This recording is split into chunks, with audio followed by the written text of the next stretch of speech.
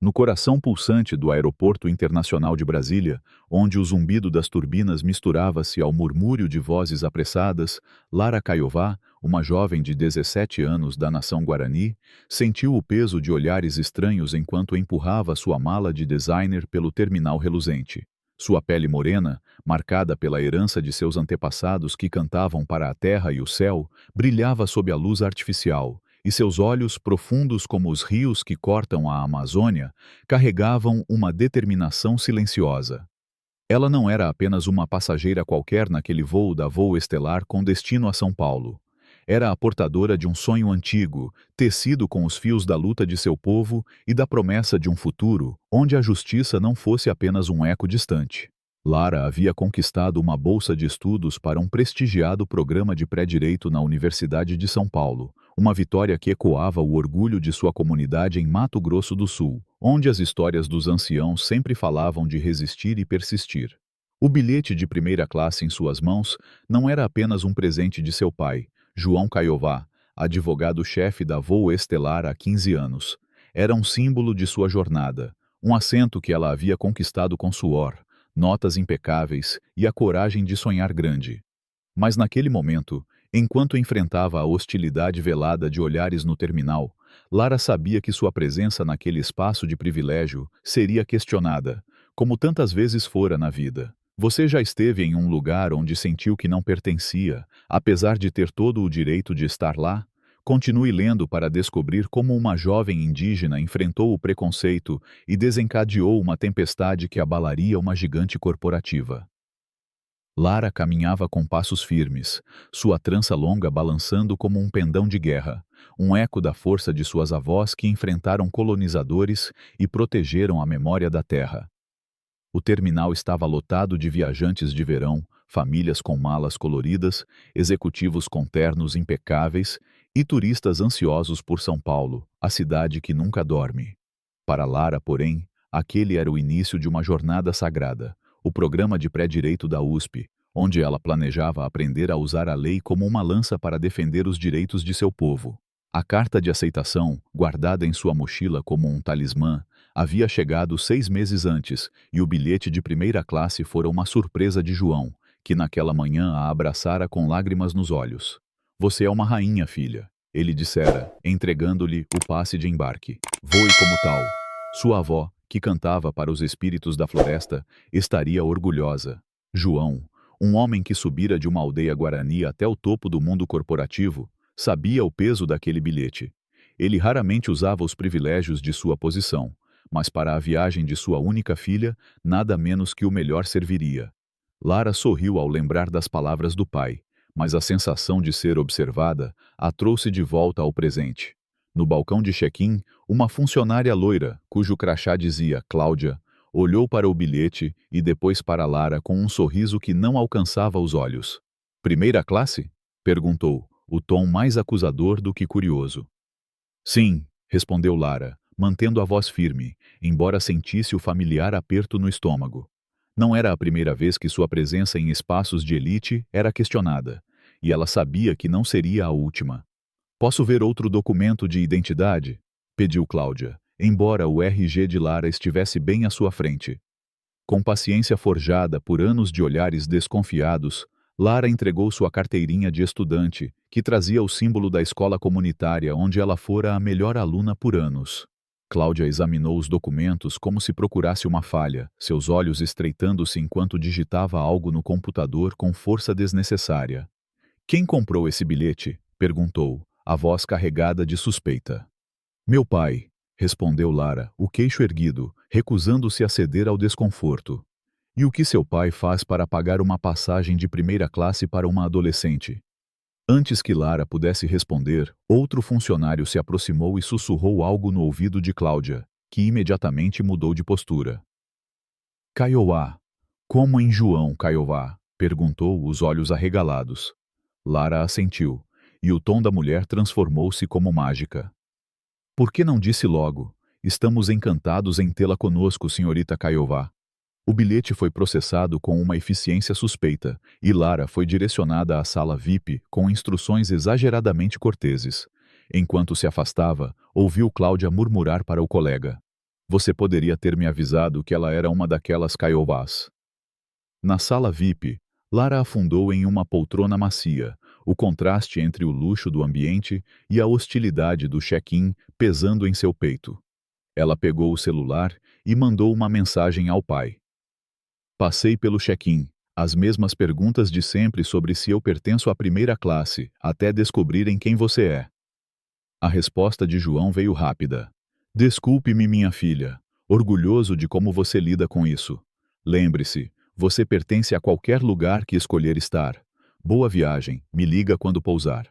Lara tentou relaxar, saboreando os petiscos de cortesia, mas os olhares dos outros passageiros, quase todos brancos, vestindo roupas caras, a faziam sentir-se uma intrusa. Como filha de João Caiová, ela aprendera cedo que a riqueza não a protegia completamente do preconceito. Apenas mudava sua forma de expressão. Quando o embarque foi anunciado, Lara se dirigiu ao portão, onde uma atendente de meia-idade, chamada Fernanda Torres, a recebeu com um sorriso que vacilou ao vê-la. Embarque de primeira classe, disse Lara, entregando o bilhete. Fernanda estudou o documento com um cuidado exagerado, como se procurasse uma fraude. Este é um bilhete premium, afirmou, o tom seco. Estou ciente, respondeu Lara, mantendo a compostura. Posso ver seu RG, por favor? Pediu Fernanda, embora o documento já estivesse gruado e estivesse ao lado do bilhete. Está bem aqui, apontou Lara, a paciência começando a se desgastar. Fernanda examinou o RG, olhou para Lara, depois para o documento novamente. É você? Sim, sou eu, confirmou Lara, sentindo o calor subir às bochechas. Fernanda deu um passo para o lado, consultando um colega em sussurros, lançando olhares furtivos para Lara. Os minutos se arrastaram, e os passageiros atrás dela começaram a resmungar, impacientes. Finalmente Fernanda voltou, acompanhada por um supervisor chamado Rafael. Precisamos verificar este bilhete, explicou ele. Às vezes jovens tentam mudar de classe indevidamente. Lara endireitou a postura. Eu não mudei de classe, meu pai comprou este bilhete para mim. Há algum problema? Antes que Rafael pudesse responder, uma voz grave cortou o ar. Qual é o problema aqui? Um homem mais velho, de pele clara e terno impecável, avançou da fila de prioridade. Seu crachá invisível exalava autoridade, e os funcionários imediatamente se voltaram para ele com sorrisos genuínos. Desculpe-nos pela demora, Sr. Almeida, disse Fernanda. É apenas uma pequena verificação. O homem Roberto Almeida bufou. Resolvam isso logo, tenho uma conexão para pegar. Sob pressão, Fernanda escaneou o bilhete de Lara com relutância. Tenha um bom voo, senhorita Caiová, disse, o tom rígido. Lara desceu a passarela de embarque com a cabeça erguida, mas o peso da humilhação a seguia. Ela mandou outra mensagem ao pai. Mais drama no portão, mas estou embarcando. Parece que o pior passou. Na cabine de primeira classe, Lara se acomodou em um assento espaçoso, o couro macio contrastando com a tensão que ainda sentia. Ela tirou uma selfie rápida para seus amigos, que acompanhavam sua jornada para a USP com entusiasmo. Enquanto os outros passageiros da primeira classe embarcavam, ela notou os comissários sussurrando e apontando em sua direção. Uma comissária chamada Mariana passou com uma bandeja de bebidas pré-voo, mas ignorou Lara, servindo o passageiro atrás dela com um sorriso exagerado. Quando Lara levantou a mão para pedir algo, Mariana fingiu não ver, ocupando-se com os compartimentos de bagagem. A mensagem era clara. Apesar de seu bilhete, Lara não era considerada digna do mesmo serviço. Entre os últimos a embarcar estava Roberto Almeida, o homem impaciente do portão. Ele conversava em tons baixos com o chefe dos comissários, Eduardo Santos, perto da porta do cockpit, lançando olhares frios para o assento de Lara. Ela captou fragmentos da conversa. Membro diamante. Cliente leal há 30 anos. Acomodações apropriadas. As palavras eram profissionais, mas o tom carregava uma ameaça velada. Lara, acostumada a navegar em espaços dominados por não indígenas, sentiu um arrepio. A paz relativa que havia conquistado ao embarcar parecia frágil, como as nuvens que o avião atravessaria em breve. Quando o avião atingiu a altitude de cruzeiro, Eduardo Santos desabotoou o cinto e caminhou diretamente até o assento de Lara. Seu sorriso não alcançava os olhos. Senhorita Caiová, precisamos conversar sobre um problema com seu assento, disse, a voz baixa, mas audível para os passageiros próximos. Parece que houve um erro no sistema com sua reserva. Lara, que lia um livro sobre direito constitucional, ergueu os olhos, alerta. Que tipo de erro? Meu bilhete me colocou neste assento. Eduardo apertou o sorriso. Às vezes o sistema comete erros. Precisamos realocá-la para a classe econômica para acomodar um passageiro prioritário. Lara franziu a testa. Passageiro prioritário? Eu tenho uma reserva confirmada de primeira classe, comprada pelo meu pai há meses. Não há erro. O interesse dos passageiros ao redor era palpável. Eduardo baixou ainda mais a voz, mas o tom era cortante. Escute, temos um membro diamante que precisa deste assento. Certamente você entende que alguns passageiros são mais valiosos para a companhia. A implicação era crua e cruel. Lara sentiu o coração acelerar, mas manteve a voz firme. Eu entendo que tenho um bilhete válido para este assento. Posso ver o erro do sistema que você mencionou? Eduardo endireitou-se, a fachada amigável evaporando. Senhorita, isso não é uma negociação. Precisamos deste assento para o Sr. Almeida. Há um bom lugar na econômica esperando por você. Lara, canalizando a força de seus antepassados que resistiram contra a opressão, pegou o celular. Vou gravar esta conversa para minha proteção, já que estão me pedindo para ceder um assento que comprei legalmente. Eduardo estalou. Gravar é contra a política da companhia. Sua voz subiu, atraindo olhares de toda a cabine. Roberto Almeida se levantou a 2 assentos de distância. Qual é a demora? Eu deixei claro que preciso do assento 2A. Sou membro diamante há 20 anos. Ele olhou para Lara com desprezo. Essa garota claramente não entende como as coisas funcionam. Eduardo virou-se para Almeida com deferência. Desculpe-me, senhor Almeida, estamos resolvendo agora.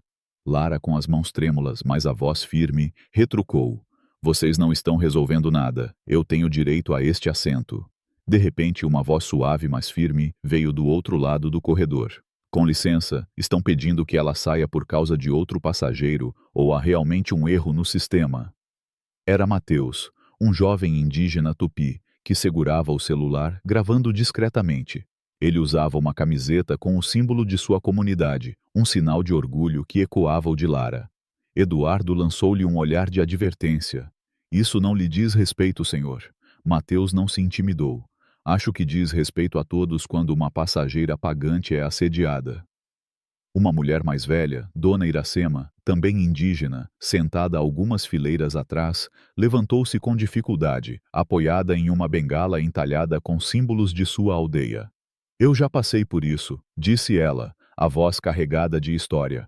Anos atrás me tiraram de um assento de primeira classe que economizei anos para comprar. Não é erro, é preconceito. Os passageiros ao redor ficaram em silêncio, divididos entre constrangimento e curiosidade. Eduardo, visivelmente irritado, disse: Se não cooperar, senhorita Caiová, podemos chamar a polícia quando aterrissarmos. Você prefere sair voluntariamente ou ser escoltada algemada por perturbar o voo? A ameaça de polícia fez Lara estremecer. Como indígena, ela sabia o quão rápido uma interação com a polícia podia escalar, especialmente para alguém como ela. Lágrimas ameaçaram surgir, mas ela as conteve. Isso é discriminação explícita, disse a voz falhando levemente. Vocês não têm motivo válido para me tirar deste assento, exceto para dar lugar a um passageiro branco que consideram mais importante. Almeida bufou alto. Não jogue a carta do racismo. Isso é sobre status, não cor de pele. Eu ganhei meu lugar nesta cabine. O silêncio na cabine era pesado. Com as mãos trêmulas, Lara pegou o celular e ligou para o pai, colocando no viva-voz para que todos ouvissem. Pai, disse lutando para manter a compostura. Preciso de ajuda. Eles estão tentando me tirar do meu assento para dar a um passageiro branco e ameaçando chamar a polícia. A voz de João Caiová ecoou pela cabine, calma, mas afiada como uma flecha. Lara, mantenha a calma e o viva-voz ligado. Quem exatamente está exigindo que você ceda seu assento? Eduardo tentou interromper. Senhor, isso é um assunto privado. Mas João cortou-o. Aqui é João Caiová, advogado-chefe da Voo Estelar. Pode explicar por que minha filha está sendo obrigada a ceder um assento que eu comprei para ela? O rosto de Eduardo empalideceu, e murmúrios percorreram a cabine. Senhor Caiová, houve um erro no sistema. gaguejou Eduardo, adotando um tom submisso. Estamos apenas tentando acomodar todos os passageiros premium, João retrucou, a voz fria. Interessante. E esse erro afeta especificamente o assento da minha filha e nenhum outro? Pode explicar a natureza técnica desse erro? Eduardo hesitou, olhando nervosamente para os colegas. Não tenho os detalhes exatos, senhor. Fui instruído pelo chefe de cabine a realocá-la. João continuou, implacável. E quem decidiu que minha filha deveria ser movida para a econômica, e não outro passageiro da primeira classe, seria porque ela é a única indígena na cabine? O silêncio que se seguiu era ensurdecedor. Eduardo, agora visivelmente desconfortável, forçou um sorriso. Claro, Sr. Caiová, isso é um mal-entendido. A senhorita Caiová pode permanecer em seu assento. Almeida no corredor protestou. Isso é ultrajante. Eu exigi esse assento por motivos médicos. Eduardo, em pânico, guiou Almeida para uma suíte premium no fundo da cabine. Senhor Almeida, oferecemos uma acomodação ainda melhor, com mais espaço e conforto. Almeida resmungou, mas aceitou, lançando um olhar venenoso para Lara. Quando a ligação terminou, Lara percebeu os olhares dos outros passageiros. Alguns pareciam solidários, outros desconfortáveis, e alguns, como Almeida, claramente desapontados com a resolução. Mateus se aproximou, sussurrando. Eu gravei tudo. Se precisar do vídeo é seu. Lara agradeceu, tocada pela solidariedade. Obrigada, Mateus. Eles só recuaram por causa de quem meu pai é. Mateus assentiu. Não deveria ser assim. Você não deveria precisar de um pai poderoso para manter o que é seu por direito. Dona Iracema, que se aproximara lentamente, colocou a mão no ombro de Lara. Você é forte, menina. Como as mulheres da nossa terra. Não deixe eles te diminuírem. Lara sorriu, o calor das palavras da anciã aquecendo seu coração. Mas enquanto os comissários retomavam o serviço, agora exageradamente atenciosos com Lara, ela não conseguia afastar a sensação de que a batalha estava longe de terminar. Eduardo e Mariana, em particular, trocavam olhares furtivos, sussurrando no galley. Lara captou fragmentos. Escritório do Wilson já está ciente. Equipe de redes sociais em alerta, caso isso vaze. A tensão no ar era palpável, como o silêncio antes de uma tempestade na floresta. Enquanto o voo continuava, Lara tentou se concentrar em seu livro, mas o peso da situação a consumia. Ela sabia que sua recusa em ceder o assento não era apenas sobre um lugar no avião.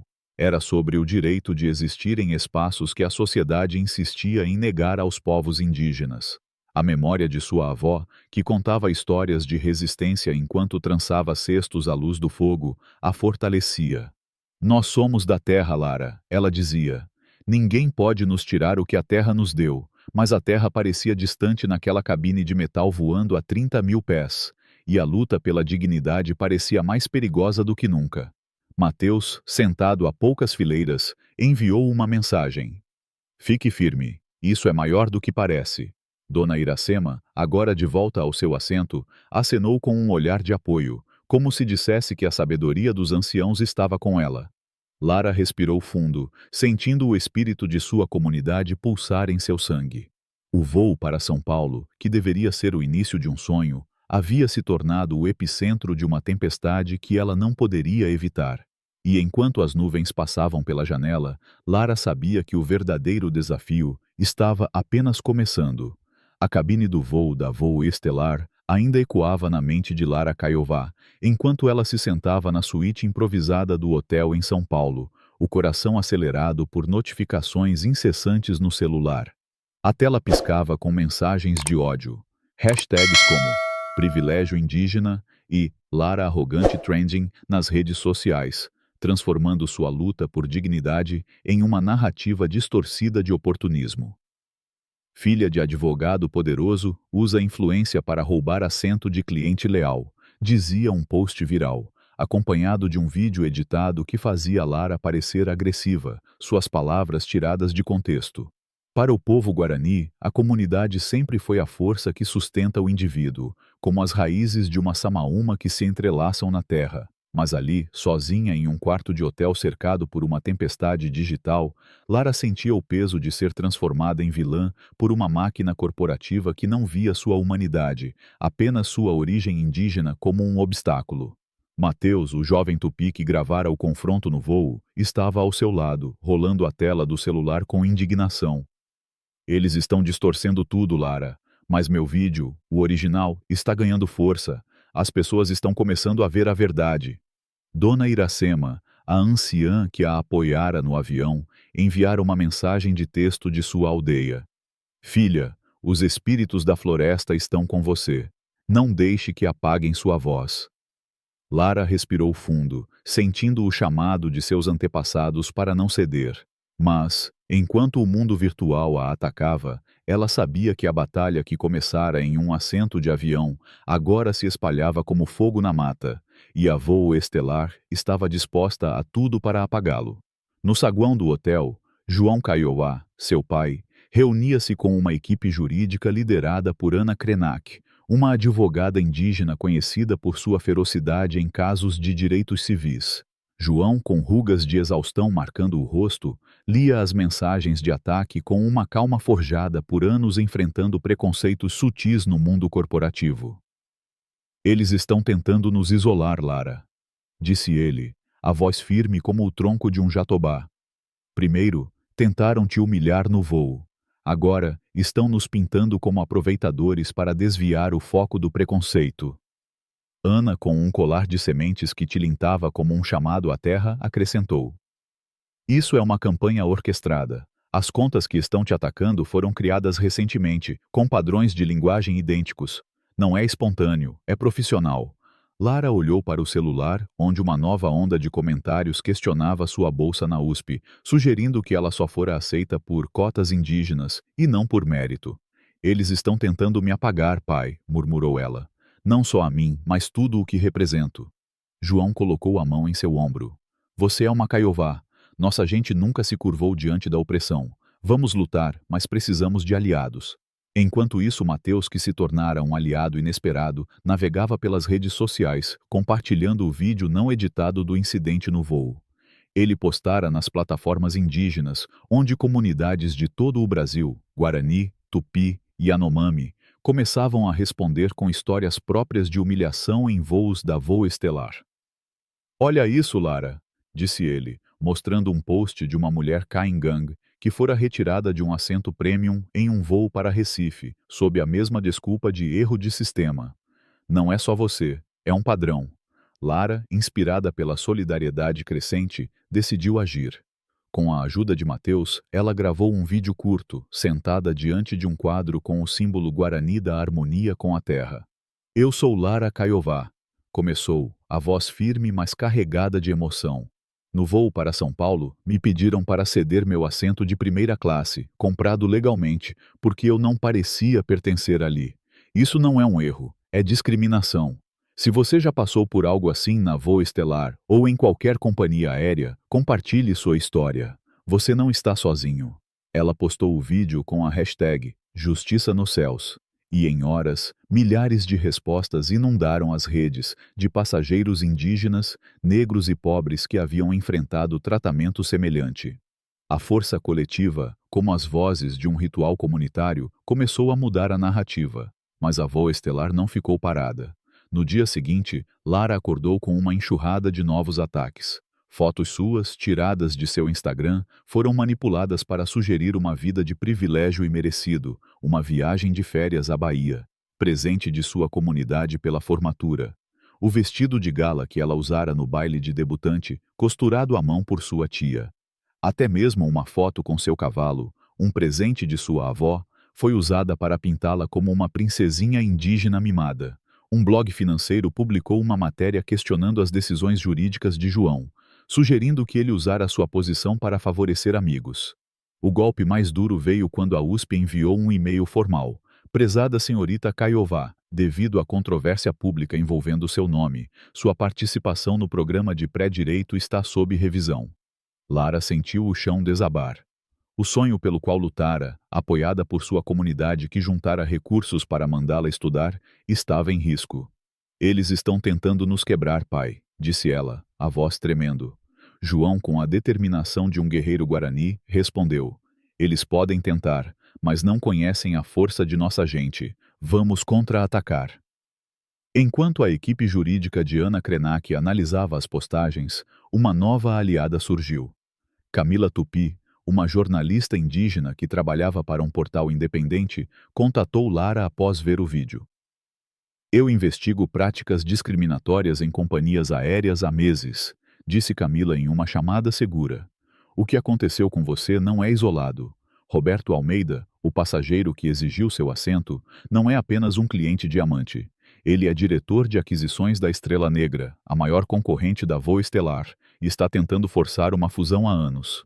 Camila revelou documentos vazados que mostravam Almeida colaborando com o CEO da Voo Estelar, Tomás Ferreira, para implementar políticas de otimização de valor do cliente. Um eufemismo para priorizar passageiros brancos e ricos em cabines premium. Seu pai tem sido um obstáculo para essa fusão, Lara. Eles usaram você para atingi-lo. A revelação chocou Lara. O que começara como uma humilhação pessoal era, na verdade, uma peça em um jogo corporativo maior, onde sua identidade indígena era apenas uma ferramenta para interesses financeiros. Naquela noite, enquanto Lara e Mateus revisavam as histórias enviadas por outros passageiros, uma mensagem anônima chegou de Sofia Mendes, uma ex-comissária da Voo Estelar, demitida por insubordinação. Eu tenho documentos, escreveu Sofia. Manuais de treinamento, e-mails internos, memorandos. Eles ensinam os comissários a usar discrição para garantir que os passageiros premium sejam culturalmente compatíveis. É código para excluir indígenas, negros, qualquer um que não se encaixe no perfil. Lara, João e Ana organizaram uma videochamada segura com Sofia. Na tela, a mulher, uma carioca de olhos cansados, compartilhou um arquivo digital.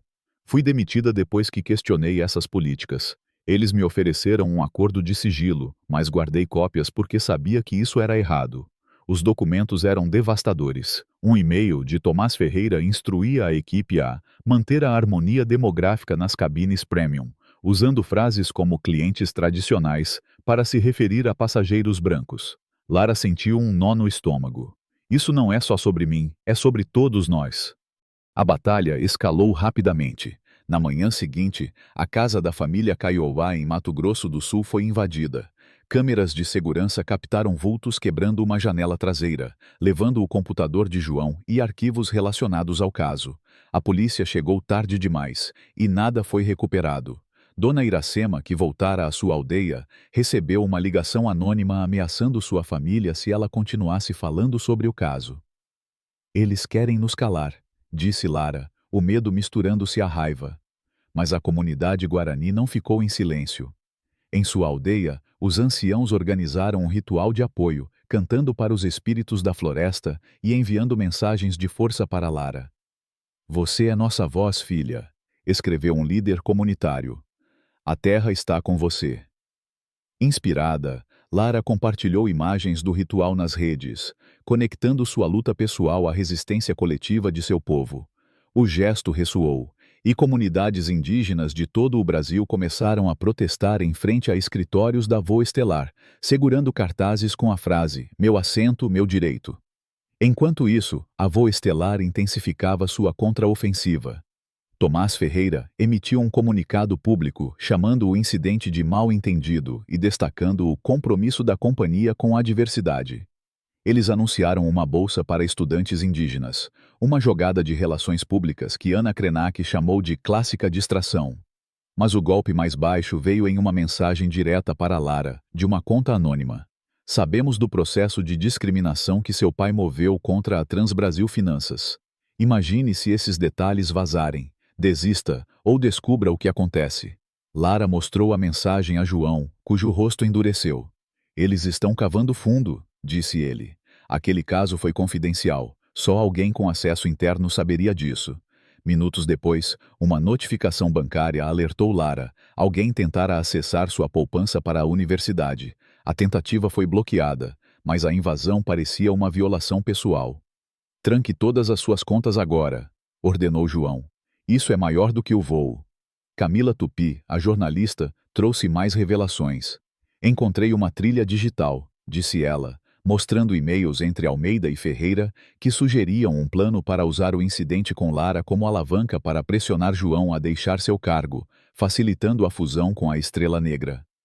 Eles sabiam que seu pai era um obstáculo. Você foi o alvo perfeito. Lara sentiu o peso da revelação.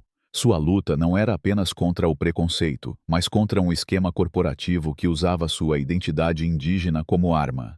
Mateus, que monitorava as redes, gritou animado.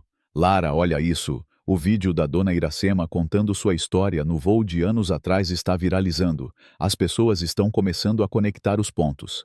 De fato, a hashtag Justiça nos Céus agora superava as narrativas da Voo Estelar, com celebridades indígenas e ativistas amplificando as histórias dos passageiros.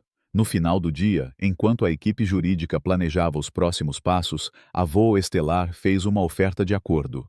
5 milhões de reais, um pedido público de desculpas vago e a garantia de que Lara poderia começar na USP sem revisão.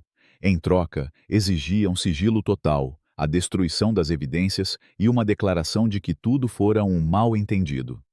Lara olhou para o pai, vendo o cansaço em seus olhos, mas também a chama de resistência que sempre o definira. "O que você acha, pai?" perguntou. João segurou a mão dela. "Eles estão oferecendo segurança, mas o preço é a verdade. Se aceitarmos, o que acontece com o próximo passageiro indígena que não tem nosso apoio? O que acontece com Sofia, que arriscou tudo?" Lara assentiu, sentindo o espírito de sua avó, que ensinara que a terra só floresce quando protegida por todos. "Não vou ceder", disse ela, "não por dinheiro, não por conforto. Isso é sobre nossa dignidade." Enquanto a noite caía sobre São Paulo, a suíte do hotel vibrava com atividade. Ana Krenak coordenava a coleta de depoimentos de outros passageiros. Mateus organizava uma campanha online para manter a pressão. E Camila trabalhava em um artigo que conectaria o caso de Lara à fusão corporativa.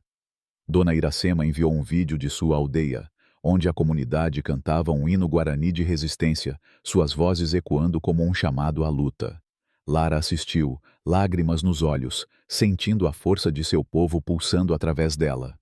O que começara como uma batalha por um assento agora era uma guerra por justiça, não só para ela, mas para todos que já se sentiram indesejados em espaços que tinham direito de ocupar. E enquanto as luzes da cidade brilhavam lá fora, Lara sabia que a tempestade que ela desencadeara estava apenas começando a mostrar sua verdadeira força. O céu sobre São Paulo estava tingido de um roxo profundo, quando uma notificação iluminou o celular de Lara Caiová, trazendo uma manchete que fez seu coração disparar. Gravação vazada revela CEO da Voo Estelar usando insultos racistas ao discutir caso Caiová. O clipe de áudio, enviado anonimamente a portais de notícias, capturava Tomás Ferreira, o todo-poderoso CEO da companhia aérea, em uma reunião executiva, lançando epítetos racistas contra Lara, sua família e seus apoiadores, enquanto descartava as acusações de discriminação como o exagero de uma índia querendo atenção. As palavras, tão cruas que os noticiários hesitavam em repeti-las, cortaram Lara como uma faca, mas também acenderam uma faísca de esperança. Para os Guarani, a verdade é como o rio que corta a floresta. Pode ser desviado, mas nunca detido. Naquele momento, enquanto as redes sociais explodiam com indignação e a hashtag Justiça nos Céus dominava as plataformas, Lara sentiu o espírito de seus antepassados, aqueles que enfrentaram invasores com lanças e canções, guiando-a para o próximo passo. O que começara como uma luta por um assento agora era um movimento que abalava as fundações de uma gigante corporativa, e a jovem de 17 anos, com sua trança longa e olhos determinados, estava no centro de tudo. Você já testemunhou a força de uma comunidade unida contra a injustiça? Continue lendo para descobrir como uma garota indígena transformou humilhação em um chamado por justiça que mudou uma indústria inteira. Na suíte do hotel, transformada em um quartel-general improvisado, a equipe jurídica de Ana Krenak trabalhava incansavelmente, laptops abertos e papéis espalhados como folhas caídas em uma clareira. João Caiová, o pai de Lara, ainda se recuperava de um susto de saúde causado pelo estresse da batalha, mas seus olhos brilhavam com a determinação de um guerreiro guarani. Eles cometeram um erro fatal, disse ele, ouvindo a gravação pela terceira vez. Subestimaram a força da verdade. Ana, com seu colar de sementes tilintando como um lembrete da conexão com a terra, concordou. Isso muda tudo. Não é mais uma questão de um incidente isolado. Temos prova de uma cultura de discriminação vinda do topo. Mateus, o jovem tupi que se tornara um pilar de apoio, monitorava as redes sociais, onde a indignação pública crescia como uma fogueira. Olhem isso, exclamou, mostrando um vídeo de uma manifestação em frente à sede da Voa Estelar no Rio de Janeiro, onde indígenas, negros e aliados seguravam cartazes com a frase: "Eu pertenço ao assento que paguei". Dona Iracema, a anciã que apoiara Lara no voo, aparecia em um vídeo gravado em sua aldeia, cantando um hino guarani de resistência, sua voz ecoando como um chamado ancestral. "Você deu coragem a todos nós, filha", dizia a mensagem que acompanhava o vídeo. Lara sentiu lágrimas quentes escorrerem, não de tristeza, mas de orgulho pela força de sua comunidade. Enquanto a pressão pública aumentava, Camila Tupi, a jornalista indígena, trouxe uma nova descoberta. Consegui imagens de segurança do voo, vazadas por um funcionário do aeroporto que se solidarizou com sua causa, Lara. Disse ela em uma chamada segura. As imagens nítidas mostravam Eduardo Santos, o chefe dos comissários, com uma postura agressiva enquanto exigia que Lara cedesse o assento. E Roberto Almeida, o passageiro diamante, reforçando suas demandas com arrogância. O áudio capturava Eduardo dizendo: "Alguns passageiros são mais valiosos para a companhia do que outros". Era uma prova inegável, um eco das políticas discriminatórias reveladas por Sofia Mendes, a ex-comissária que fornecera documentos internos. "Isso é uma flecha no coração da narrativa deles", disse Ana, anotando furiosamente. "Vamos levar isso ao tribunal". Mas a batalha não se limitava às salas de audiência. A Voa Estelar intensificava seus esforços para conter o dano. Tomás Ferreira apareceu em uma entrevista televisionada, tentando minimizar a gravação como um momento de frustração tirado de contexto. Sua arrogância, porém, só alimentou a indignação. Fora Ferreira começou a trend, e grandes patrocinadores da companhia anunciaram a suspensão de contratos, enquanto celebridades indígenas, como a cantora Ananda Kaxinawa, cancelaram suas memberships de fidelidade. No tribunal, a juíza Mariana Oliveira, uma mulher de ascendência afro-brasileira conhecida por sua imparcialidade, ouvia os argumentos com atenção. Ana Krenak, representando Lara e milhares de outros passageiros discriminados, apresentou o caso como uma ação coletiva, alegando violações de leis federais de transporte, discriminação racial, quebra de contrato e conspiração corporativa. "Não estamos aqui apenas por Lara Caiová", declarou Ana, sua voz ressoando como um tambor cerimonial. "Estamos aqui por todos os passageiros que foram humilhados por políticas que priorizam a cor da pele e o status econômico sobre a dignidade humana". A defesa da Voa Estelar, liderada por um advogado caro chamado Ricardo Mendes, tentou desqualificar as evidências como anecdóticas e acusou Lara de explorar sua identidade indígena para ganho financeiro. Mas a gravação de Ferreira e as imagens de segurança enfraqueceram suas argumentações. A juíza Oliveira negou o pedido de arquivamento do caso, afirmando: "As evidências sugerem não apenas falhas individuais, mas uma política sistemática de discriminação que exige investigação completa". O tribunal explodiu em murmúrios, e Lara, sentada ao lado do pai, sentiu um peso aliviar-se de seus ombros, como se a terra-mãe a estivesse sustentando. Fora do tribunal, a luta tomava novas formas. Comunidades indígenas em todo o Brasil organizaram rituais de apoio, queimando ervas sagradas e cantando para os espíritos, pedindo força para Lara e justiça para todos. Em sua aldeia, os anciãos Guarani realizaram uma cerimônia ao redor de uma fogueira, onde o pajé entoou cânticos pedindo que a verdade prevalecesse. "Você é nossa lança, Lara", disse um líder comunitário em uma mensagem. "Carrega nossa história em sua luta". Inspirada, Lara participou de um desses rituais virtualmente, sentindo a conexão com sua terra natal mesmo estando tão longe. Enquanto isso, um novo aliado emergiu. Tiago, um jovem comissário de bordo da Voa Estelar, que entrou em contato anonimamente. "Eu estava no voo", escreveu ele. Vi tudo e guardei cópias de e-mails internos que confirmam as instruções para gerenciar passageiros com base em aparência. Não posso mais ficar calado. Tiago forneceu um arquivo digital com comunicações explícitas entre Ferreira e Almeida, detalhando como a harmonia demográfica nas cabines premium era uma prioridade estratégica. Eles usavam algoritmos para classificar passageiros por códigos postais e nomes que sugerissem origem étnica, revelou Tiago. Era tudo planejado. A pressão sobre a Voa Estelar tornou-se insustentável. O preço das ações da companhia despencou, e acionistas exigiram respostas. Em uma reunião de emergência, o Conselho de Administração suspendeu Tomás Ferreira, nomeando Mariana Costa, uma executiva de ascendência indígena Pancararu, como CEO interina, a primeira mulher indígena a liderar uma grande companhia aérea brasileira. Mariana anunciou a criação de um comitê de ética independente e a revisão completa das políticas de atendimento ao cliente. Mas os ataques contra os Kaiowá não cessaram. Uma noite, um envelope sem remetente foi deixado sob a porta do hotel, contendo uma lista detalhada dos horários diários de Lara, incluindo seus trajetos habituais em sua aldeia. Uma nota anexada dizia: "Vale a pena arriscar sua segurança?" A ameaça fez João reforçar a segurança, contratando uma equipe privada que não respondia à companhia aérea. "Eles estão desesperados", disse ele a Lara, tentando esconder a preocupação em seus olhos. Quando a verdade começa a sair, os poderosos se tornam perigosos.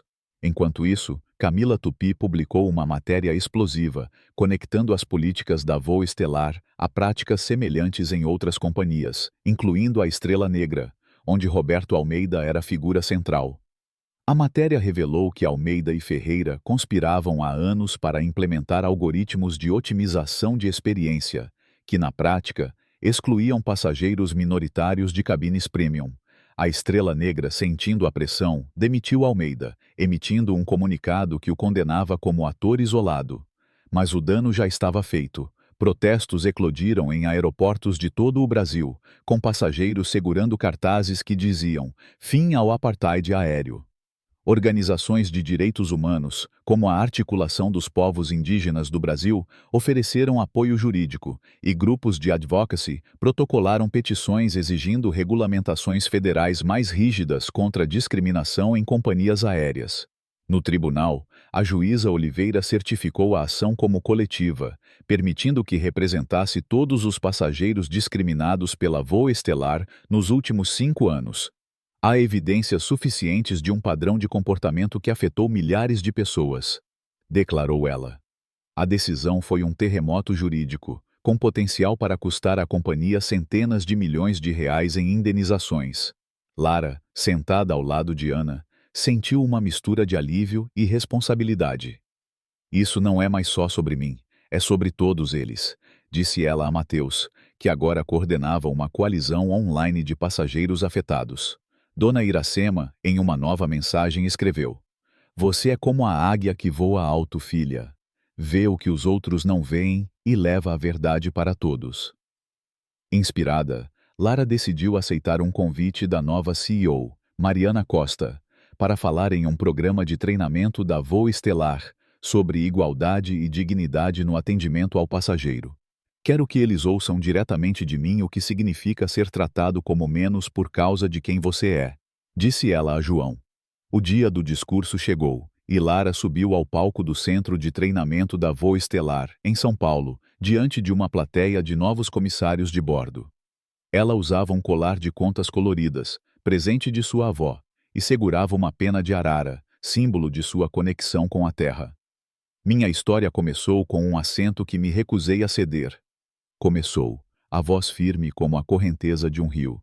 "Mas nunca foi sobre o assento. Foi sobre dignidade, sobre pertencer, sobre o direito de ocupar espaços que conquistamos sem precisar justificar nossa existência."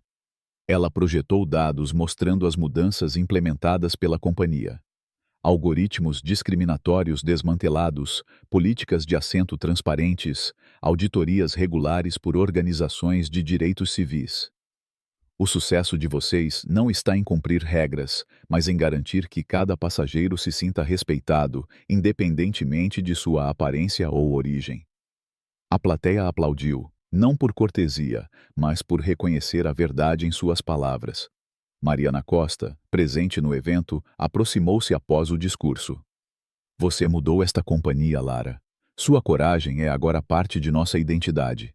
Meses depois, Lara embarcou em outro voo da Voo Estelar, desta vez para começar seu programa de pré-direito na USP, que reinstaurara sua bolsa com uma carta pessoal do diretor.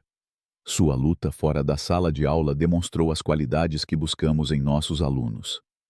No avião, a tripulação a cumprimentou com respeito genuíno, e a cabine de primeira classe, antes um espaço de exclusão, agora parecia acolher todos os passageiros com igualdade. O comandante fez um anúncio inesperado.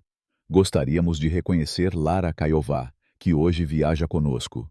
Sua coragem transformou não apenas a Voo Estelar, mas toda a indústria aérea, tornando-a mais justa para todos. O aplauso espontâneo dos passageiros encheu Lara de uma emoção profunda, como o som de tambores em um ritual de celebração. Enquanto São Paulo surgia no horizonte, Lara olhou pela janela, pensando na jornada que a trouxera até ali. O assento que ela se recusara a ceder tornara-se uma plataforma para mudanças que beneficiariam milhares de pessoas, muitas das quais nunca saberiam seu nome. A Voo Estelar, sob a liderança de Mariana Costa, implementara todas as reformas prometidas. Um conselho de diversidade no Conselho de Administração, relatórios transparentes sobre dados demográficos de passageiros e um oficial de equidade de passageiros com autoridade para investigar queixas. Outras companhias aéreas, temendo escândalos semelhantes, seguiram o exemplo, e o governo brasileiro aprovou a Lei de Igualdade de Passageiros, estabelecendo multas severas para práticas discriminatórias. João, após se aposentar da Voo Estelar, devido a problemas de saúde, aceitou um cargo como professor de ética jurídica na Universidade de Brasília, inspirando a próxima geração. Matheus tornou-se um ativista digital, liderando campanhas por justiça em transportes. Camila Tupi ganhou prêmios por sua cobertura, enquanto Sofia Mendes abriu uma consultoria em ética corporativa. Dona Iracema, de volta à sua aldeia, enviava mensagens regulares, chamando Lara de Nossa Guerreira do Céu. Para Lara, a maior transformação foi interna. A adolescente tímida que embarcara naquele voo, agora era uma jovem advogada em formação, com um propósito claro: usar o direito para proteger a dignidade de seu povo e de todos os que enfrentam exclusão. Enquanto o avião descia, ela abriu seu laptop e encontrou um e-mail de uma estudante indígena da Universidade Federal do Amazonas, inspirada pelo caso Kaiowá, a estudar direito para combater injustiças em sua comunidade. Você me mostrou que podemos mudar o mundo, mesmo sendo tão jovens, escreveu a estudante. Lara respondeu, sentindo o peso e a beleza de sua jornada. A justiça não vem de lugares confortáveis. Ela nasce quando recusamos ceder nossa dignidade. Continue lutando, irmã. A terra está com você. Ao desembarcar, Lara foi recebida por Mariana Costa e uma equipe de treinamento que a cumprimentaram como uma parceira na transformação da companhia. O terminal, outrora palco de caos, agora era um espaço de esperança. A luta de Lara não eliminou o preconceito da indústria aérea ou da sociedade brasileira, mas acendeu uma chama que continuava a crescer. Sua recusa em ceder um assento tornou-se um símbolo de resistência, como as histórias que sua avó contava ao redor da fogueira, sobre guerreiros que enfrentavam gigantes com nada além de coragem e verdade. Para os Guarani, a terra é a mãe que sustenta todos, e Lara sabia que sua batalha havia plantado sementes para um futuro onde todos os passageiros, independentemente de sua origem, poderiam voar sem medo de serem questionados ou humilhados. Enquanto caminhava pelo terminal, com a pena de arara em sua bolsa e o orgulho de sua ancestralidade em seu coração, Lara Caiová sentiu que o horizonte à sua frente não era apenas o de São Paulo, mas o de um mundo onde a dignidade não precisava ser conquistada, mas simplesmente reconhecida. Sua luta, como as canções de seu povo, ecoaria por gerações. A história de Lara Caiová, em O Assento que Não Cedi, é mais do que um relato sobre uma jovem indígena enfrentando discriminação em um voo. É um espelho da luta pela dignidade que ressoa profundamente com os valores do povo guarani e outras nações indígenas do Brasil. Para nós, que carregamos a sabedoria da Terra-mãe em nossos corações, a jornada de Lara reflete o chamado ancestral para resistir à opressão e proteger o que é nosso por direito. Como uma árvore que cresce firme mesmo sob ventos fortes, Lara se recusou a ceder seu assento, não apenas por si mesma, mas por todos aqueles que já foram feitos sentir-se menores em espaços que merecem ocupar. Sua coragem, enraizada na força coletiva de sua comunidade, nos ensina lições poderosas que podemos aplicar em nossas vidas, guiados pelo espírito de unidade, verdade e respeito pela humanidade que os povos indígenas sempre defenderam. Primeiro, a história de Lara nos lembra que a dignidade é um direito inalienável, como o ar que respiramos ou os rios que correm em nossas terras. Para os Guarani, cada pessoa é um fio na tapeçaria da criação, conectada à terra e aos espíritos. Quando Lara enfrentou a humilhação no voo, ela não apenas defendeu seu assento, mas também a ideia de que ninguém deve justificar sua existência em espaços conquistados com esforço. Na vida cotidiana, isso nos desafia a nos levantarmos contra preconceitos sutis, seja no trabalho, na escola ou na comunidade, e a afirmar nosso valor sem medo.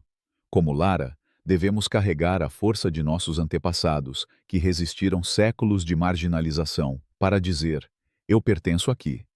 Outra lição poderosa é o poder da comunidade. No pensamento indígena, nenhum guerreiro luta sozinho. A força vem do coletivo, como as raízes que sustentam uma floresta. Lara só conseguiu transformar sua luta pessoal em um movimento porque teve aliados. Mateus, que gravou a verdade, Dona Iracema, que compartilhou sua sabedoria, e Camila, que amplificou sua voz. Isso nos ensina que, na vida, devemos buscar e oferecer apoio. Seja ajudando um vizinho, apoiando um colega ou compartilhando histórias de resistência, a solidariedade é nossa maior arma contra a injustiça.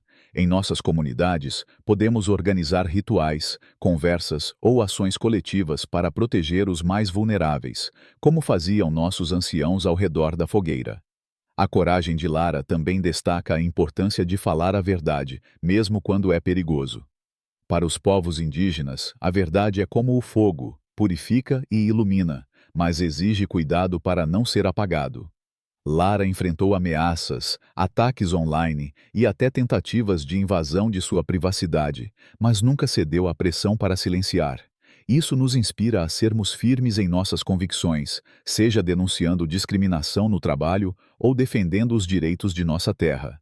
Na vida, podemos aplicar isso ao confrontar mentiras ou injustiças, mesmo que pequenas, com a mesma determinação de um pajé que canta para os espíritos em busca de justiça. Além disso, a história nos ensina que a mudança real exige paciência e persistência. Assim como uma semente leva tempo para se tornar uma árvore, as reformas que Lara conquistou, novas políticas, auditorias e até uma lei federal, não vieram de uma vitória instantânea, mas de uma luta prolongada. Na vida, isso nos lembra que transformar sistemas injustos, seja em nossas comunidades ou na sociedade, exige esforço contínuo. Podemos começar com pequenos passos, educar outros, votar em líderes comprometidos com a equidade ou apoiar iniciativas locais que promovam igualdade. Como Lara, devemos manter o olhar no horizonte, sabendo que cada ação planta uma semente para o futuro. Finalmente, a jornada de Lara nos mostra que a liderança pode surgir dos lugares mais inesperados. Uma jovem de 17 anos, guiada pelo espírito de sua avó e pela força de sua comunidade, desafiou uma corporação poderosa e mudou uma indústria.